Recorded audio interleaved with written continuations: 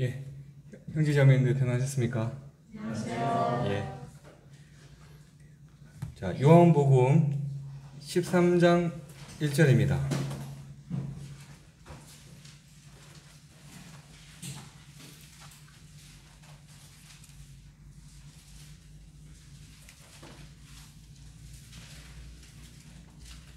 요한복음 13장 1절 다 같이 봉독하겠습니다. 자, 시작. 그 전에 예수께서 자기가 세상을 떠나 아버지로 돌아가실 때가 이른 줄 아시고 세상에 있는 자기 사람들을 사랑하시되 끝까지 사랑하시니라. 자, 13장 1절을 오늘 교제를 하고자 합니다. 예. 개인적으로 이 말씀이 참 이렇게 저한테 의미가 있는 말씀이긴 한데요. 아프가니스탄에 나가 있을 때, 그리고 남수단에 나가 있을 때, 이제 제가 이제 돌아올 날짜가 정해져 있지 않습니까? 처음에 시작될 때는 그 날짜가 길게 보입니다. 그래서 거기 있는 사람들과의 관계를 맺고, 친해지고, 이게 서로, 그리고 저희 직책 자체가 좀 아쉬워하는 사람들에게 도움을 주는, 그런 위치다 보니까 사람들도 이렇게 많이 찾아오고 그럽니다. 그래서 그런 일을 많이 하는데, 처음에는 사람들이 제가 떠날 것이라는 것에 대해서 인지를 하지 않습니다. 천년 만년 거기서 같이 살 사람으로 이렇게 인식을 합니다. 근데 처음에 가서 한참 일을 하고 지내다 보면 저 역시도 그랬던 것 같습니다. 돌아갈 생각을 안 하고 거기서 계속 살 것 같이, 그렇게 이제 지냈던 것 같은데, 그런데 이제 하루하루 지나서 이제 집에 갈 날이 이제 석 달, 두 달, 한 달 이렇게 남아오지 않습니까? 그러면 거기 있는 이제 정들었던 사람들, 특히 좀 가난하고 좀 형편이 안 좋고 좀 힘이 없었던 사람들, 제가 있어서 이렇게 좀 상황과 형편을 좀 봐줬던 사람들에게 대해서 좀 뭔가 아쉽고 서운하고, 내가 떠나면 이 친구들 이제 어떻게 사나?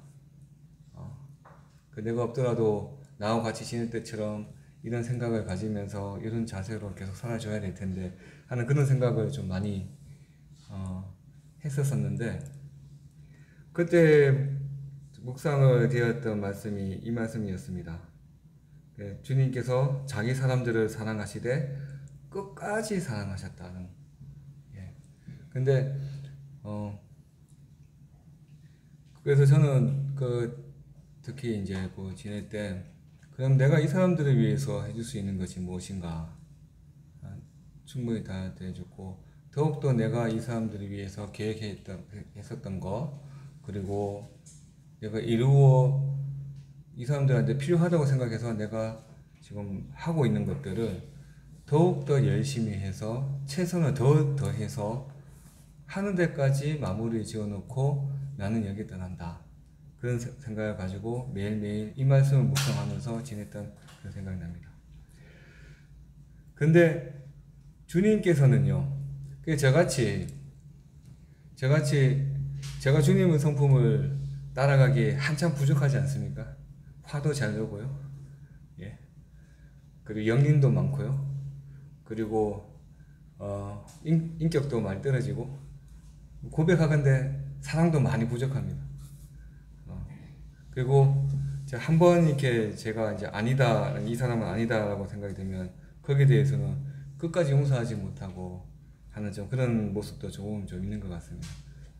그러한 저도 자기 사람들에게 대해서는 그렇게 최선을 다하고 헤어지면 아쉬워하고 이 정도 마음이 드는데, 하물며 사랑인 자체이신 주님께서는 이때 당시에 예루살렘에 있는 자기 사람들을 보시면서 어떠한 심정이셨을까?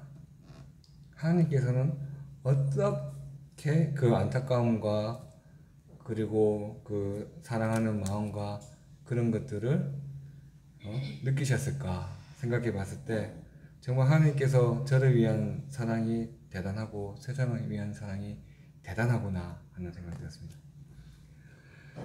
자, 여러분들께서 성경제의 자매님들께서 13장 1절을 보셨을 때 혹시 어떤 성경이 다른 요절이 생각나십니까? 단어도 좀 비슷한 것 같고, 예. 키워드도 같이 나옵니다. 근데 제가 제 마음에 어떤 말씀이 가지고 있는지 한번 맞춰보시겠습니까? 예. 예. 사랑하시되 끝까지 사랑하시니라고 되어 있습니다. 근데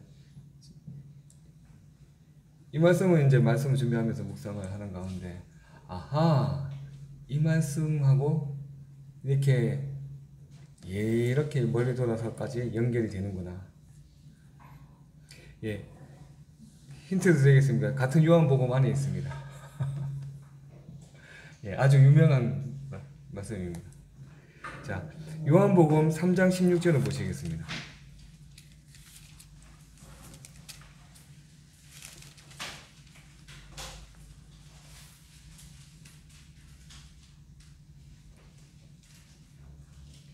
요한복음 3장 16절 다 같이 봉독하겠습니다. 시작. 하나님이 세상을 이처럼 사랑하사 독생자를 주셨으니 이는 저를 믿는 자마다 멸망치 않고 영생을 얻게 하려 하심이라. 자, 3장 16절에는요 이처럼이라고 표현되어 있습니다. 이처럼. 그럼 이처럼이 뭡니까?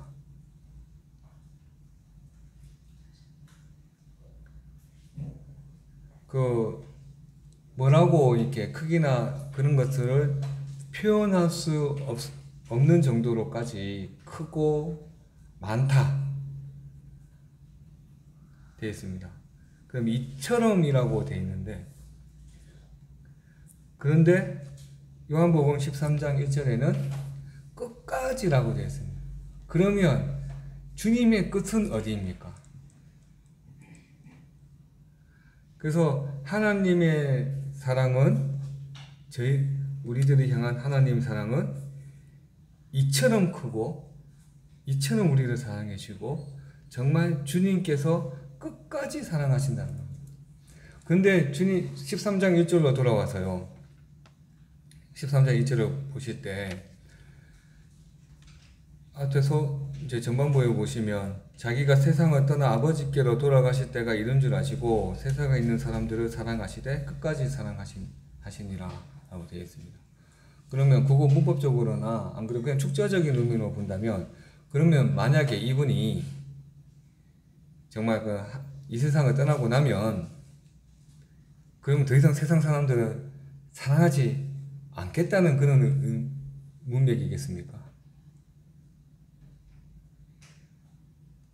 성경 말씀을 정말 전체를 보고 부분을 전체로 봐서 큰 스코프로서 어떤 방향성이나 어떤 대강의 어떤 형상을 알고 점점 좁혀 들어오면서 정말 디테일한 것까지, 그리고 확대할 수 있는 것까지 같이 연구하고 하는 것을 보지 않아야 됩니다. 국어수사법으로 본다면은, 이 사람이 그러면 제가 외국에 나와서 일을 하다가 불쌍한 사람들을 위해서 일을 하다가 돌아오게 될 때에 내가 이 사람들을 다시는 만나기가 힘들다. 거의 만나기 일이 없을 것 같다. 그래서 있을 때 잘해줘야지 하면서 대하는 마음만이 가지고 있으면서 이 사람들 사랑하는 마음으로 13장 1절이 있었겠습니까? 우리는 하나님께서 그러하지 않다는 것을 알고 있습니다. 그런데 굳이 이렇게 표현되어 있는 것에 대해서는 정말 사람으로서 인자로서 세상에 오신 예수님께서 우리가 느끼는 그런 슬픔, 고통, 애틋함, 사랑, 그런 것들을 우리 입장에서도 충분히 푹 젖어주셔서 느끼셨다는 것이고, 그 사랑이 풍성하신 하나님께서는 그런 애잔함과 안타까움에 대해서 더욱더 크게 느끼셨을 것이라는 것을 생각이 됩니다. 그래서 주님께서 사랑하시되 끝까지 사랑하신다. 그럼 육체를 입고 계실 때에는 육체를 입고 계실 때만큼, 또 낙원에 계실 때는 또 낙원에 계신 때만큼, 그리고 천국 보좌에 자정하셨을 때는 그때까지도, 그것이 끝날 때까지도. 그러면 우리에 대한 이 사랑이 언제까지 간다는 사랑입니까? 하나님은 영원하신 분이시니까, 그러면 이 사랑은 끝이 없는 사랑입니다. 그래서 13장 1절에 이 끝까지라는 말은 끝까지이면서도 끝까지가 아닌 끝까지가 되어버리는 거예요. 그 전라도 사투리가 참 거시기가 거시기한 것처럼 말입니다. 그런데 정말 주님의 이 사랑이 끝까지, 말로는 적혀있기는 끝까지라고 되어 있습니다. 인간의 제한된 언어로 사랑하신데 끝까지 사랑하시다. 하지만 그의 본질과 그의 속뜻은 이 사랑이 영원하고 무궁하고 한이 없고 이처럼 사랑하신다는 거예요. 13장 이설을 말씀 묵상할 때 요한복음 말씀이 떠올랐을 거예요. 그리고 한 가지 말씀이 더 떠오른 게 있었습니다. 요한 1서 4장을 보시겠습니다.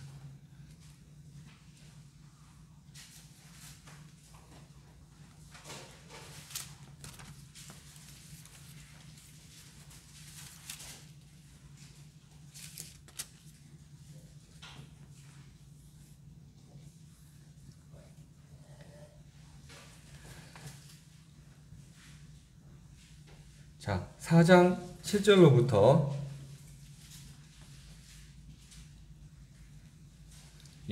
제가 봉독해 드리겠습니다. 요한 1서 4장 7절입니다. 사랑하는 자들아, 우리가 서로 사랑하자. 사랑은 하나님께 속한 것이니 사랑하는 자마다 하나님께로 나서 하나님을 알고, 사랑하지 아니하는 자는 하나님을 알지 못하나니 이는 하나님은 사랑이심이라. 근데 형제 자매님들, 사랑이 무엇일까요? 우리가 사랑 많이 얘기를 하는데 정말 사랑이 무엇일까요?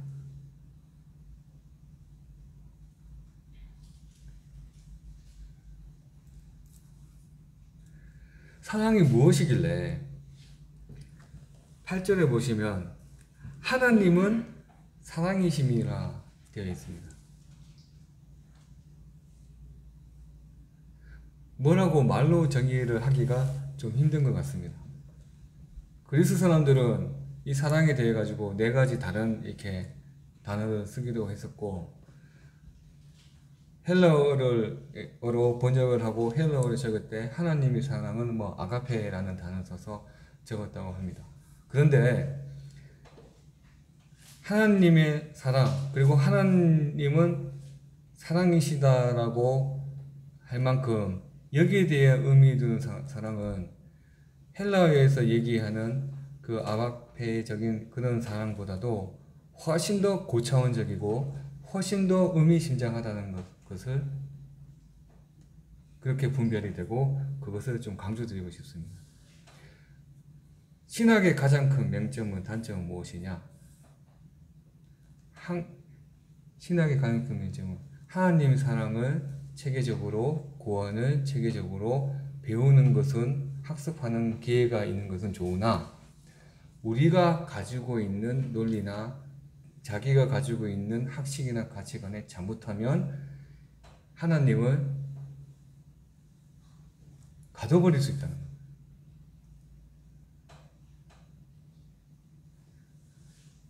저는 건축가이기 때문에 지어지은 게 많습니다. 콘크리트는요, 굳기 전까지 자연스럽게 움직입니다. 물처럼 유동성이 있다고 합니다. 그런데 그 부집이라는 형태를 만들어서 거기 부으면 굳게 되면 그게 형식이 됩니다. 사람에게는 여러 가지 틀이 있는데요. 사람의 언어라는 틀이 있고요. 문화라는 틀이 있고요. 그리고 생각이라는 틀도 있고요. 그리고 학식이라는 그런 틀도 있는데, 자칫 아가페적인 사랑, 다른 사람을 보면 유식해 보일 수 있지만, 하지만 진정으로 하나님의 사랑을 깨닫고 하나님의 사랑을 묵상하는 그런 사람들은요, 하나님의 사랑이 그 아가페라는 말로조차 도저히 표현을 할 수 없을 만큼 은혜로운 사랑이시다. 본질적인 사랑이시다는 겁니다. 어느 신학자는 그랬었습니다. 사랑이 정말 하나님의 본질이라고요. 우리가 흔히 알고 있는 하나님은 어떤 분이신가? 우리도 잘 모르지 않습니까? 명확하게 정의를 내리기가 힘듭니다. 하지만 우리는 하나님을 느끼고 있고, 우리는 본능적으로 알고 있고, 성경을 통해서 하나님을 알아가고 있습니다.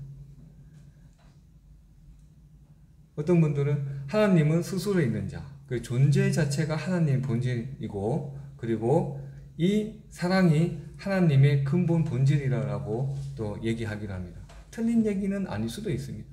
하지만 하나님께서 사랑을 하시는 그 대상이 누구인가를 생각할 때 더욱더 감동이 되고, 하나님의 그 사랑이 우리가 가지고 있는 것보다 훨씬 더 크고 지속적이고 엄청나다는 것입니다. 사람의 언어로도 표현을 할 수 없다는 것입니다.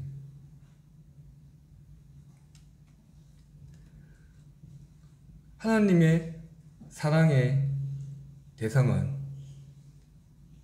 누구일까요? 다음 주제로 자연스럽게 넘어가기 전에, 그럼 우리가 사랑에 대해서 좀 이렇게 생각을 하고 있지 않습니까? 사랑이 무엇이냐? 하나님이 사랑하신다는데 어떻게 사랑하시냐? 그러면 자연적으로, 그러면 하나님은 누구신가? 라는 질문에 또 들어가게 됩니다. 그런 생각도 가질 수 있습니다. 왜냐? 요한 1서를 보시면 하나님은 사랑이시라고 되어 있습니다. 하나님이 사랑이 놓고서는 하나님을 생각할 수가 없다는 뜻입니다. 우리가 아는 여러 가지 하나님 모습도 있지 않습니까? 여러모로 잠시 이렇게 삼천포로 좀 생각해 좀 빠지겠습니다. 그 회사에서 직원을 채용할 때 말입니다. 혹시 성도 형제자매님들께서 회사에서 이렇게 직원을 뽑게 될 때 정말 논리적이고 명석한 직원을 뽑게 되시면, 이게 여기에 대해서 어떻게 생각하십니까? 라는 일반적인 질문을 하시는 것보다, 여기에 대해서 설명해 보세요, 또는 여기에 대해서 어떻게 생각하십니까? 라는 것보다 이 점에 대해, 여기에 대해서 사전적 의미를 설명해 주시고 당신 생각을 말씀해 보세요 라고 얘기하시면 좀 문제 해결이 좀 더 높고 사태 파악을 좀 더 명확하게 정확하게 할 줄 아는 그런 좀 직원을, 거기에 좀 가까운 직원을 뽑으실 수가 있습니다. 왜냐하면 사람들은 지성이 있고 감정이 있기 때문에 모든 것을 다 평가합니다. 근데 사전적 정의를 얘기하라고 한다면은 딱 두 가지입니다. 내가 공부를 안 했어. 달달달달 외웠는데, 면접 시나리오 그런 것들도 컨설턴트 받아서 달달달달 외웠는데 이런 질문이 나올 줄 몰랐어.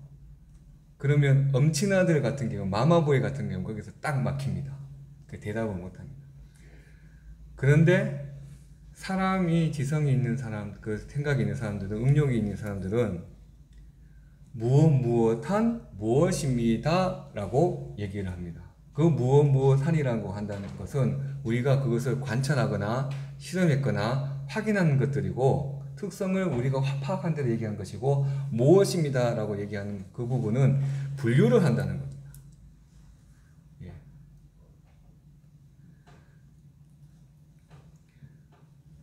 그리고 자기 생각을 얘기하는 것은 생각이 이제 있다는 것이죠. 그래서 조직에 대해서 일단 열심히 하겠다, 뭐 똑똑하다고 이렇게, 그리고 학교 성적이 좋다는 사람들 중에서 그나마 더 나은 인재를 하려면 이런 질문 기법이 있습니다. 자, 그 왜 이 말씀을 드렸냐? 그러면 우리가 하나님을 어떻게 정의를 내릴 수가 있겠습니까?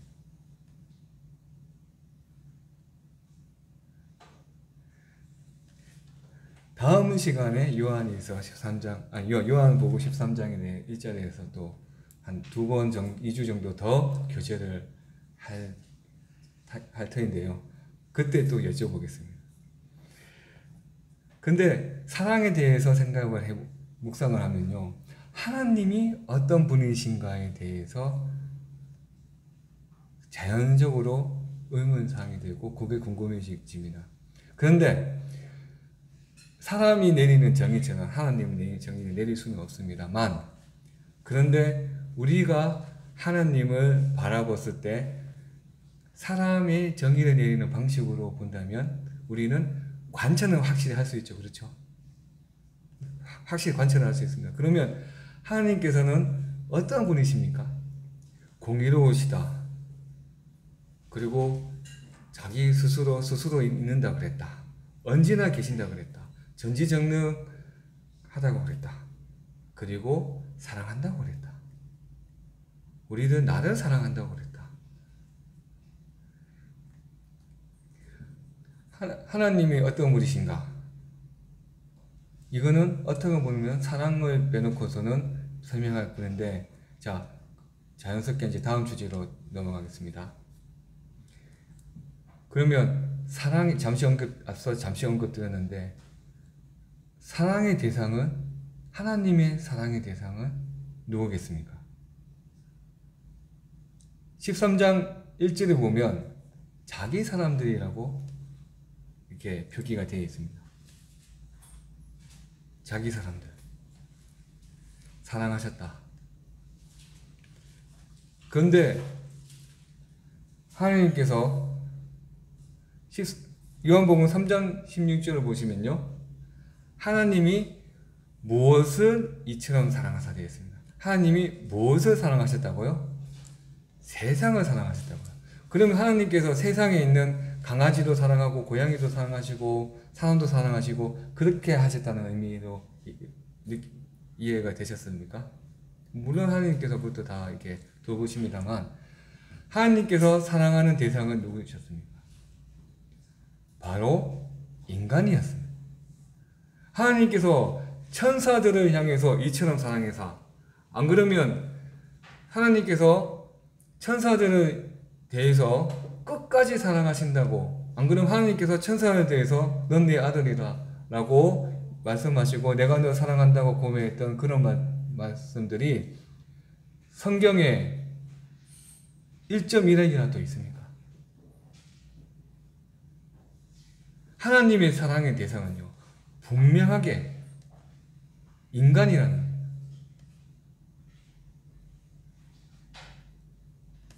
그런데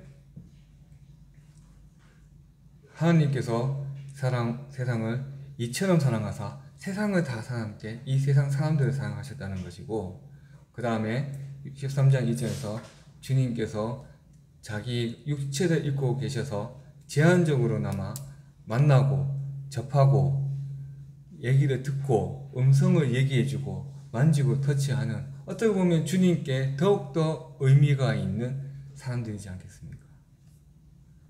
그리고 그 사람들만을 사랑하신 것만이 아니고, 그리고 주님께서 십자가에 못 박히시고 승천함으로 인해 가지고 시점상 거기서 하나님의 사랑이 끝난 것은 더더욱 아니라는 것은 우리가 성경을 통해 알고 있지 않습니까? 그러면 하나님께서는 항상 자기 사람들을 끝까지 이처럼 사랑하신다는 것입니다. 그러면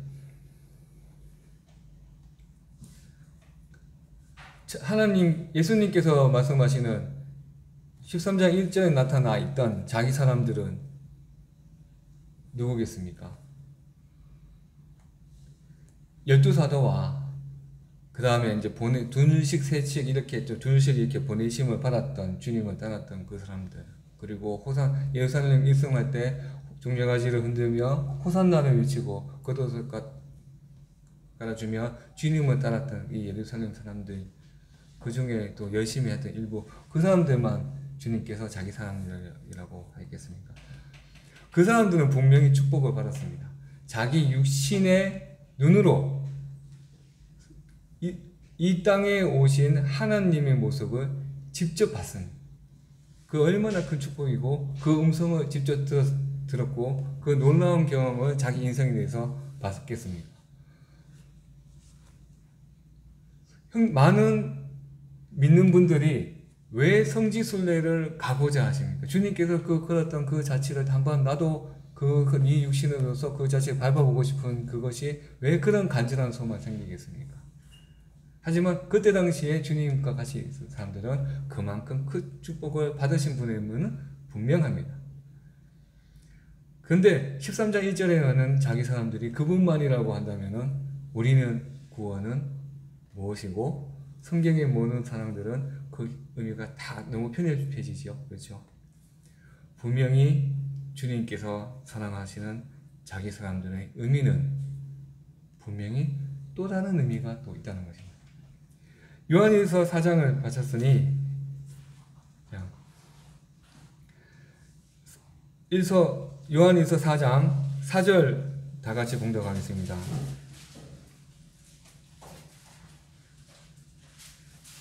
요한일서 4장부터 자기 사람들에 대해서 한번 쭉 같이 여러 구절의 말씀을 한번 찾아보시겠습니다. 요한일서 4장 4절, 자 시작. 자녀들아, 너희는 하나님께 속하였고 또 저희를 이기었나니 너희 안에 계신 이가 세상에 있는 이보다 크심이라. 저희는 세상에 속한 거로 세상에 속한 말을 하며 세상이 저희 말을 듣느니라. 우리는 하나님께 속하였으니 하나님을 아는 자는 우리의 말을 듣고 하나님께 속하지 아니한 자는 우리의 말을 듣지 아니하나니 진리의 영과 미혹의 영을 이로써 아느니라.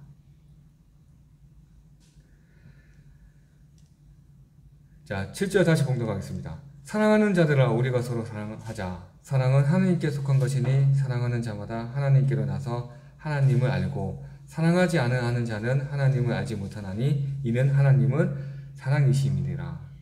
하나님의 사랑이 우리에게 이렇게 나타나신 바 되었으니 하나님이 자기의 독생자를 세상에 보내심은 저로 말미암아 우리를 살리려 하심이니라. 사랑은 여기 있나니 우리가 하나님을 사랑한 것이 아니오 오직 하나님이 우리를 사랑하사 우리 죄를 위하여 한 목죄로 그 아들을 보내셨음이니라.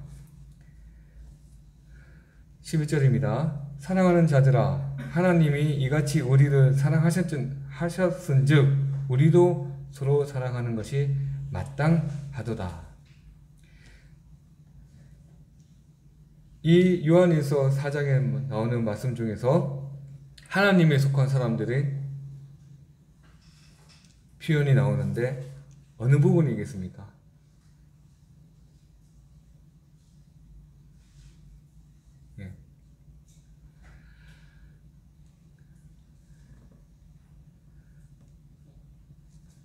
우리가 4장 4절을 보시면 자녀들아 너희는 하나님께 속하였고, 국어수사적으로 보더라도요, 그러면 우리는 누구의 것입니까? 하나님의 것이지 않습니까? 그러면 우리는 하나님의 입장에서 봤을 때 자기 사람들입니까? 자기 사람들이 아닙니까? 예. 자, 그 다음에 로마서 4장 4절을 보시겠습니다.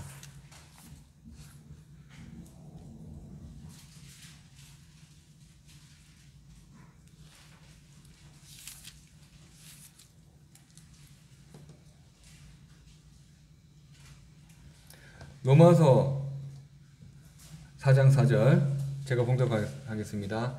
일하는 자에게는 그 삭스 은혜로 여기시지 아니하시고 빛으로 여기거니와 이를 아니하지라도 경건치 아니한 자들을 의롭다 하시는 이를 믿는 자들에게는 그의 믿음을 의로 여기시라니.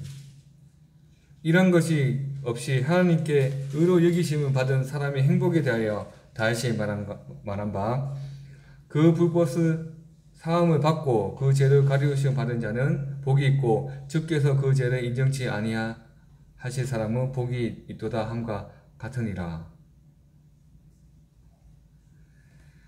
하나님의 사람의 특징 중에 또 한 가지는요, 주님께서 은혜로 구하신다는 것입니다. 자, 5절에 보면 그렇게 속하게 되는 계기가 나와 있습니다.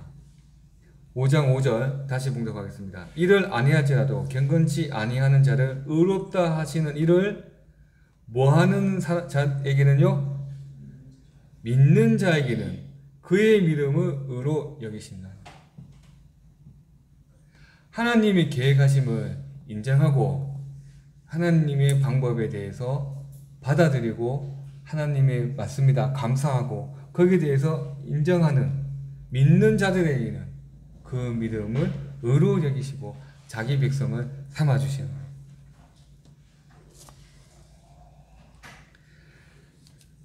이사야서 49장 15절을 보시겠습니다.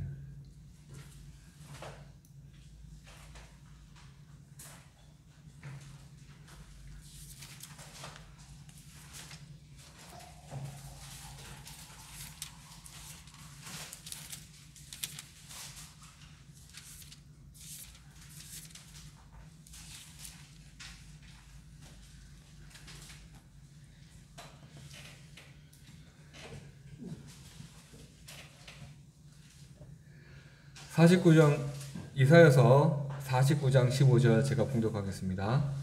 여인이 어찌 그 젖먹는 자식을 잊겠으며 자기 태에서 난 어린아이를 긍휼히 여기지 않겠느냐. 그들은 혹시 잊을지라도 나는 너를 잊지 아니할 것이라. 내가 너를 내 손바닥에 새겼고 너의 성벽이 항상 내 앞에 있나니.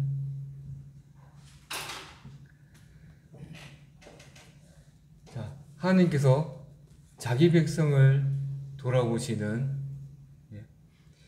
물론 수사학적으로는 이게 유대인으로 말씀하십니다만, 하지만 이것이 유대인에게만 국한된 말씀은 결코 아닐 것입니다. 며칠 전에 외신을 통해서, 뉴스를 통해서 좀 가슴 아픈 그런 소식을 많이 봤습니다. 그래서 극단적인 이슬람 교도들에 의해서 나라가 잠식되니까 그 나라를 탈출하기 위해서 공항에 갔지만 공항에 못 가니까 그 영국 사람들이 있는 그 호텔로 가서 이제 거기도 들어가지 못하니까 어떡합니까? 철조망 너머로 자기 아이들을 던집니다. 군인들이 그 아이들을 받아서 영국으로 데려가기를 바라는 마음에 이렇게 던집니다. 한 아이가 철조망에 잘못 걸려서 윤형 철조망이라 하는데요. 이렇게 면도 날이 달려있다고 보시면 되고, 그리고 끝쪽이 이제 뾰족하게 창처럼 되어 있습니다. 이렇게 날이 이렇게 창직되어 있어서 거기 딱 걸리면요, 다른 사람이 꺼내줄 때까지 움직이면 안 됩니다. 그걸 갖다가 2중 3중으로 이렇게 설치를 해서 이제 철조망을 이렇게 치는 건데, 예전에는 가시를 엮어서 만들었는데 그게 발달하다 보니까 면도 날을 쪼개가지고 거기 붙여놓은 거예요. 움직이면 그것이 살을 더 파고들고 옷을 더 엉키게 됩니다. 근데 거기에 한 아이가 걸려서 과다출혈로 죽을 때까지, 그렇게 피를 흘리고 죽을 때까지 군인들이 구하러 가지도 못하고 그걸 바라보는 그 부모는 어떻게 했습니까? 미국이 아프가니스탄에 대해서 100조의 예산을 투자했었다고 합니다. 20년 동안. 근데 그것을 바라봤을 때 100조 어마어마한 투자죠. 그렇죠. 하지만 그 100조를 가지고 그 아이 한 명을 살릴 수가 있겠습니까? 세상 사람들이 평가하는 명분 없는 전쟁에 대해서 그 이면의 영적인 눈으로 들어가 봤을 때 참 보배로운 가치는 저는 봤는데요. 무엇이냐? 수백 년 동안 복음이 들어가지 못하는 땅에 20년 동안 선교사들이 편하게 다닐 수 있는 나라가 됐었다는 겁니다. 물론 그 과정에서는 우리나라 선교사분이 이렇게 피납돼서 변호당하신 일도 있었지만 그 위에 더욱더 점점 더 해서 편하게 주님의 복음이 들어갈 수 있는 나라가 되었다는 겁니다. 그 나라에 복음이 간 것이 아마 도마가 파키스탄 인도 쪽으로 복음을 전하다가 거기서 순교한 것으로 이렇게 설이 있습니다만,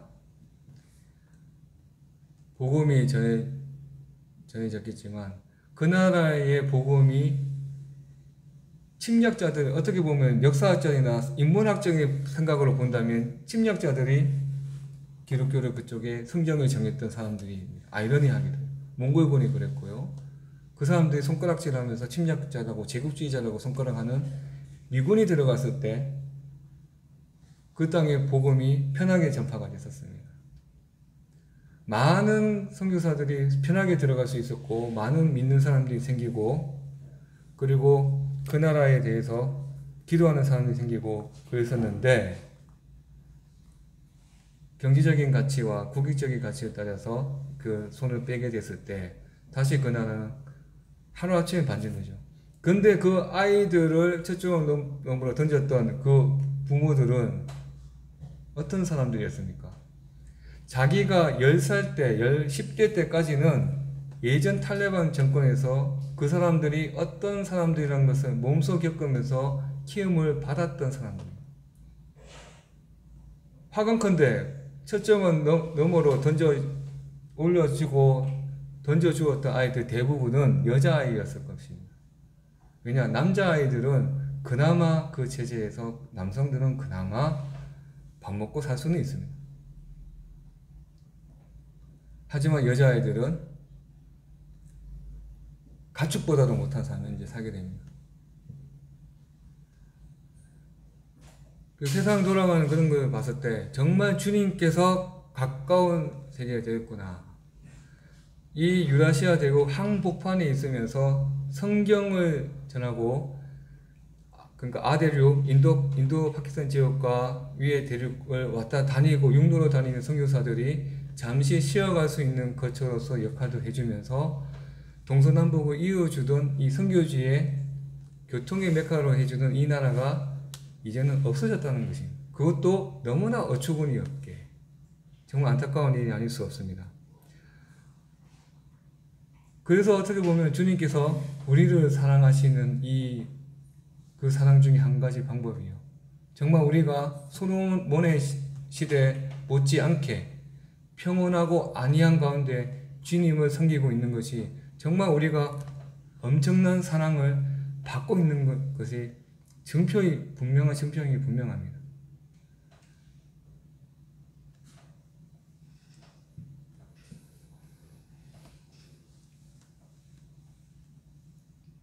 그래서 14절에 보시면 주님께서 어떻게 하셨다고 합니까? 긍휼히 여기면서 잊지 않겠다. 손바닥에 새겼다. 라고 그 사람들에게 말씀하시고 계시는데, 주님께서 육신의 눈으로 보실 때 보이는 그 사람들에 대해서도 이 생각을 분명히 갖고 계실 것으로 생각됩니다.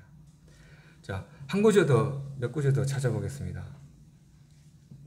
자, 요한복음 17장 2절입니다.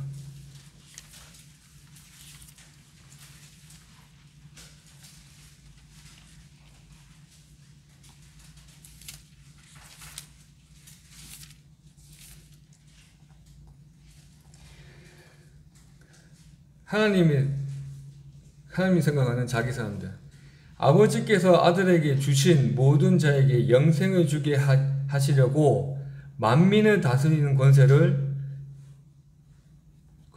아들에게 주셨음이로소이다. 예수님께서 기도하시는 중에 고백하시는 겁니다. 그러면 하나님의 사람들, 그 자기 사람들의 특징이 여기 살짝 비칩니다. 무엇입니까? 영생입니다. 영생. 그 사람들은 무엇을 이제 받았습니까? 또 받게 됩니까? 영생을 받는 존재들이라는 것입니다.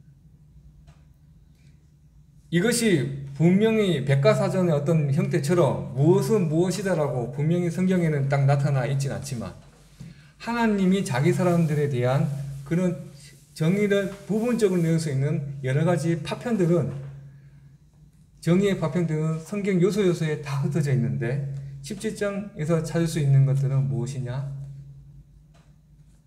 영생을 받는 사람들. 그리고 그 사람들이 아버지께서 아들에게 주신 자들입니다.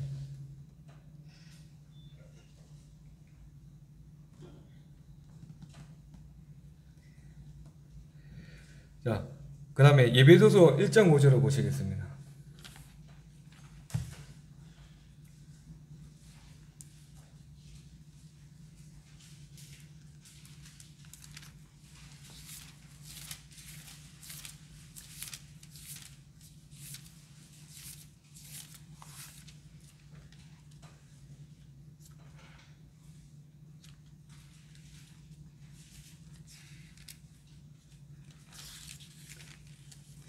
일 장 5절. 그 기쁘신, 다시 1장 4절부터, 다시 1장 3절부터 봉독하겠습니다. 찬송하리도다. 하나님 곧 우리 주 예수 그리스도의 하나님께서 그리스도 안에서 하늘에 속한 모든 신령한 복으로 우리에게 복 주시되. 그러면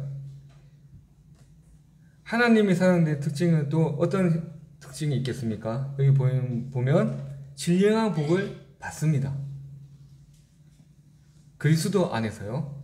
또 곧 창세전에 그리스도 안에서 우리를 택하사 우리로 사랑 안에서 그 앞에 거룩하게 흠없게 하게 하시려고 그 기쁘신 뜻대로 우리를 예정하사 예수 그리스도로 말미암아 자기의 아들들이 되게 하셨으니 이는 그의 사랑하시는 자 안에서 우리에게 거저 주시는 바 은혜의 영광을 찬미하게 하려는 것이라.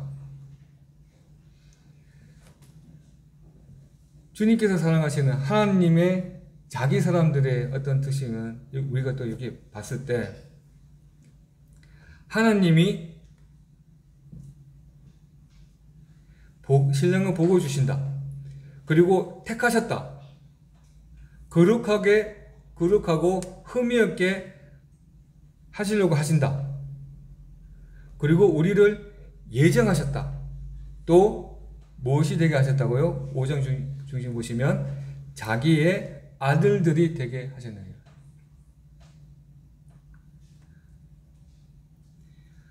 형식적인 언어로요. 습관적으로 쓰는 언어로 천사들을, 성경의 원어로 보시면 천사들을 하나님의 아들이라고 표현하는 것들이 가끔 나오긴 나옵니다. 하지만 성경의 문맥성, 전체적인 개관을 하는 입장에서 봤을 때 하나님의 아들들은 누구입니까? 하나님이 아들 삼으시는 사람들은 누구입니까? 인간들이고 또 성도들입니다.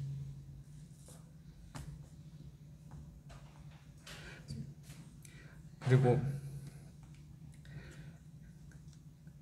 주님께서 저를 이미 창세전부터 예정하셨고, 그리고 주님께서 저희를 사랑하시고, 우리 용인교회 우리 성도들, 대한민국의 성도들, 우리 기독교인들 이런 식으로 예정하셨구나라고 하는 것보다, 물론 그 틀린 건 아니지만, 하지만 형제 자매님들께 더욱더 제가 기도드리는 것은 정말 주님께서 개인적으로 자기를 예정하셨다는 것, 다 경험해 보시는 그런 감동적인 시간이 반드시 있으시기를, 또 그것이 반복되기를, 자주 있으시기를 기원드립니다. 정말 은혜롭지 않습니까? 한국 사람은 가만히 그 조직에 있으면서 이렇게 같이 따라가려는 그런 모습이 있습니다. 하지만 신앙은 주님과 나와의 관계이고 주님께서 각 개인을 형제 자매님 각 개인을 각각 예정하시고 보셨다는 것. 예배소서 2장 4절입니다. 바로 옆에 있는 페이지에 있습니다. 2장 4절.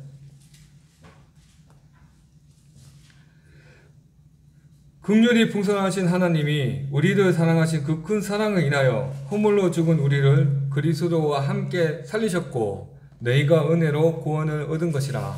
또 그와 함께 일으키사 그리스도 예수 안에서 함께 하늘에 앉히시니 이는 그리스도 예수 안에서 우리에게 자비하심으로써 그 은혜의 지극히 풍성하심을 오는 여러 세대에 나타내려 하심이니라.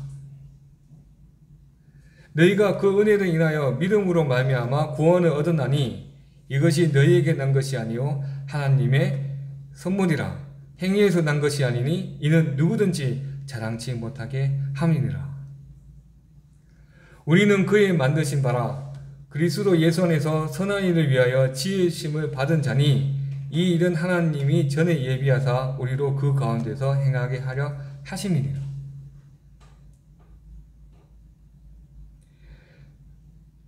다른 말씀도 마찬가지입니다만 예배소서에 있는 찾았던 요 말씀들을 혹시 기회가 되신다면 형제자매님 개인의 이름을 넣고 다시 한번 묵상해 보십시오. 예. 다시 이사야서 말씀 보시겠습니다. 이사야서 43장입니다.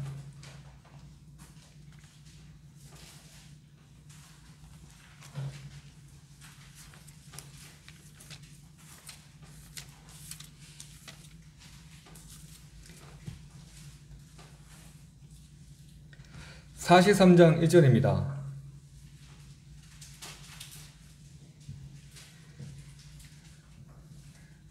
자, 다같이 봉독하겠습니다. 43장 1절 시작. 야곱아 너를 창조하신 여호와께서 이미 말씀하시니라. 이스라엘아 너를 죽은 이가 말씀하시니라. 너는 두려워하지 말라. 내가 너를 구속하였고 내가 너를 지명하여 불렀나니 너는 내 것이라. 자, 이제 하나님께서 분명하게 딱 대놓고 말씀하십니다. 자기 사람이 누구라고요? 나라는 겁니다. 나. 요한복음 13장 1절에 이 말씀은 근거로 이사야서 43장 1절과 요한복음 13장 1절을 비춰서 딱 두 개를 오버랩 시키면 하나님께서 끝까지 사랑하시는 13장 16절에서 말씀 이처럼 사랑하시는 그 사람이 누구라고요? 너는 내 것이다. 너라고 분명히 나와 있지 않습니까?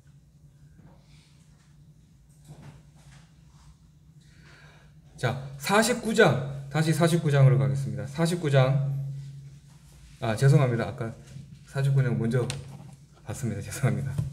자, 이제 그러면 요한복음 10장 27절로 가시겠습니다.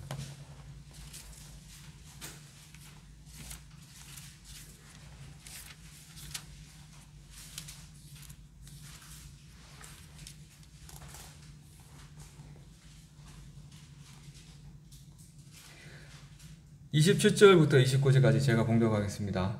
내 양은 내 음성을 들으며 나는 저희를 알며 저희는 나를 따르느니라. 내가 저희에게 영생을 주노니 영원히 멸망치 아니할 터이요 또 저희를 내 손에서 빼앗을 자가 없느니라. 너희를 주신 내 아버지는 만유보다 크심에 아무도 아버지 손에서 뺏을 수 없느니라. 혹시 오늘 찾으신 말씀들을 좀 메모를 하셨거나 기억을 하신다면 분명히 이 말씀에 자기 이름을 넣고 다시 한번 읽어보시고 묵상을 해보시면 감사하겠습니다. 그리고 같은 맥락에 있는 수많은 아름다운 성경 구절들이 많이 있습니다.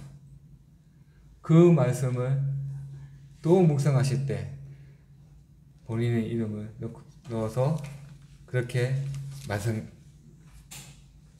읽어보시고 묵상해 보시기 바랍니다. 그래서 요한복음 13장 1절인데요. 이 한 장을 묵상하는 가운데 주님께서 세상을 끝까지 사랑하신다. 그러면 그 끝까지의 의미가 무엇일까? 그리고 사랑하신다. 그럼 사랑이 무엇일까? 예수님은 어떠한 분이신가? 그런데 사랑을 찾다 보니 하나님이 나오는데 그 하나님은 어떠한 분이신가? 그리고 자기 백성들이 자기 사람들이라고 했는데 그 사람들은 누구인가? 그 사람들이 어떤 것이기 때문에 하나님께서 사랑하시는가? 계속 20개처럼 질문에 이어서 나오는데 모든 성경이 닮은 그것으로 무엇을 기가 된다는 것입니까? 교회의 구원입니까? 이 세상의 구원입니까? 우리 가족의 구원입니까? 예, 다 맞습니다. 맞는데 제일 의미를 두고자 하는 것은 나의 구원이랍니다. 여러분들 중에서 혹시 아직까지 복음에 대해서 확신이 없으신 분이 있으시면 정말 하나님께서 크나큰 사랑으로 자기 백성 삼아주시고 자기 사랑 삼아주신 그 하나님의 사랑을 다시 한번 깨달으시는 좋은 기회가 되는 계기가 반드시 있기를 바라고, 우리 주변에 또 그러한 분들이 있다면 우리가 이런 사람을 반드시 전할 필요가 있을 것 같습니다. 13장 1절에 대해서 개관적으로 이렇게 살펴봤고, 앞으로 2번 정도 더욱더 이 말씀을 같이 묵상하면서 같이 하는 교제를 가졌으면 좋겠습니다.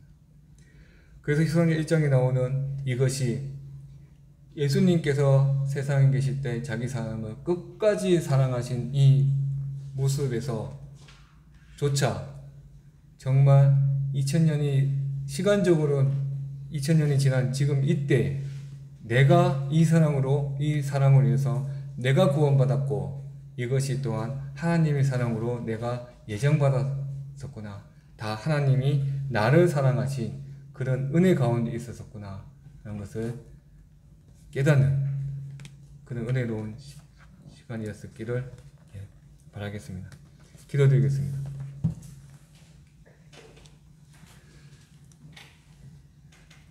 하나님 감사합니다.